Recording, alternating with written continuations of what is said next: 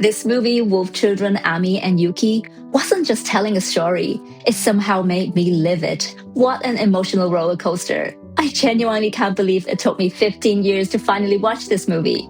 It came out back in 2012, yet somehow I completely missed it.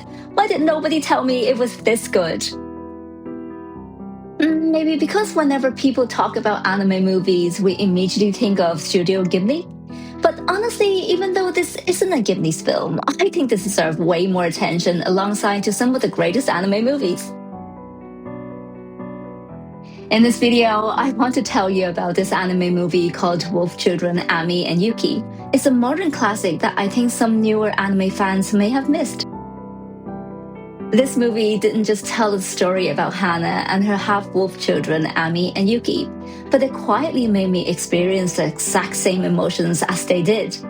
I really want to dive into it and talk about this anime in details, but I'm also debating whether or not I should include so much information that it becomes spoilers for anybody who haven't watched it yet. So rather than a scene-by-scene review, maybe I'll try to walk you through the emotional journey in this movie instead. My experience went from curiosity, then sadness, to hope, with a mixture of frustration and even a bit of anger. Then finally, it was peace and I guess acceptance. In the beginning, like a lot of criticism said, it was a bit slow, like feeling, I'm not really sure where this is going. But without that slow build-up, I don't think you'd be as attached to the characters or how they feel. It was actually done so perfectly, the timing was spot on. That slow beginning lets you settle into their everyday life, then when tragedy strikes, it just hurts so much more. And then when you suddenly realize, oh no, they're on their own now, I was absolutely heartbroken. Okay, this is a small spoiler, I guess, but I need to mention this for the rest of the emotions to make sense. So yeah, death happened, and not just how it happened, but also how it was handled afterwards. Did anybody else catch that? The fact that she couldn't do anything about it, not even a burial. That for real breaks my heart the most. For Hana, she needs to keep going. There's almost no time to mourn. At this point, I was sad for her not because she was crying. It was because there was no time to cry. So you can't help but root for her and really hope things will work out for her and her children.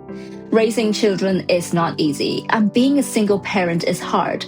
And then to care for children whose needs you don't even know how to deal with on your own, it's even harder beyond imagination.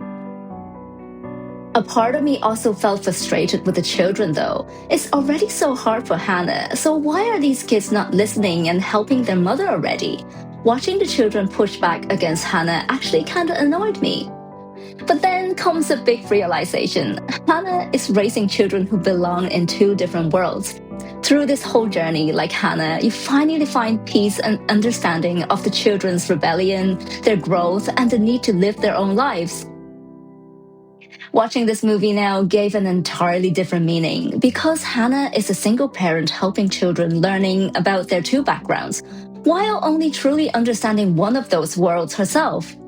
In other words, she's raising mixed kids without knowing the other half of her children. That's a fantastic parallel to the real and modern life. So this really isn't actually about wolves then. Think about how many families today are navigating mixed cultures, mixed races, blended families, children growing up between two identities. Hana's struggle suddenly feels incredibly modern.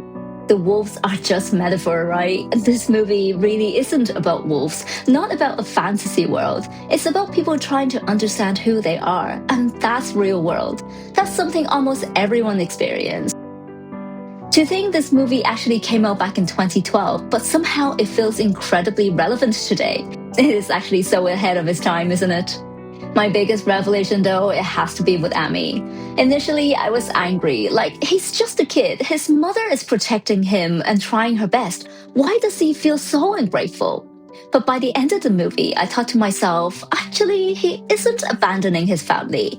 He's discovering who he really is. What I like about this film is that it doesn't tell you who is right. It simply lets you accept both paths are valid. You find peace and acceptance in his decision, just like Hana did.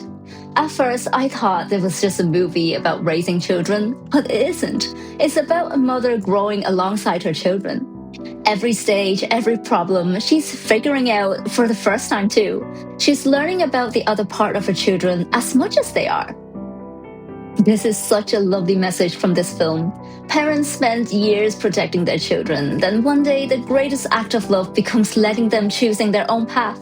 That's heartbreaking, and Hannah never stops loving either children despite their different choices. It isn't happy or sad, it's both. I love endings like this. Life simply moves forward. And the funny thing was, if you really think about it, one child leaves without leaving and the other stays without staying. It's beautifully bittersweet. See, when the children were growing up, Amy was actually scared to become that big bad wolf as portrayed in the storybooks. But then as he grows up, you see Amy embrace the wolf side of himself. And yet, and most importantly, he never truly abandoned his human mother. He's still there watching over the mountains, protecting her from afar. Amy actually stayed physically close, but emotionally become part of another world. And Yuki, as a kid, she loves running around as a wolf, even teasing the neighbors in broad daylight. She's such a mischievous little devil. But in the end, she chose humanity. But to embrace being a human in the modern society also means that she's actually the one who moved furthest away. For studies, for her own life, Yuki physically left, but emotionally carried everything her mother taught her. It's beautifully ironic, isn't it? The child who became a wolf stayed closest to home, and the child who became human traveled furthest away. One stayed physically close, and the other stayed emotionally close. Somehow, both became close and distant at the same time. Hana had to let go of both children, and yet she lost neither child. I really do think this movie deserves to be mentioned alongside the greatest anime films ever made. Do you think I'm being overboard? Leave me a comment below and let me know what you guys think of this movie. When I started Wolf Children, I thought I was watching a movie about two children growing up and adapting as wolves.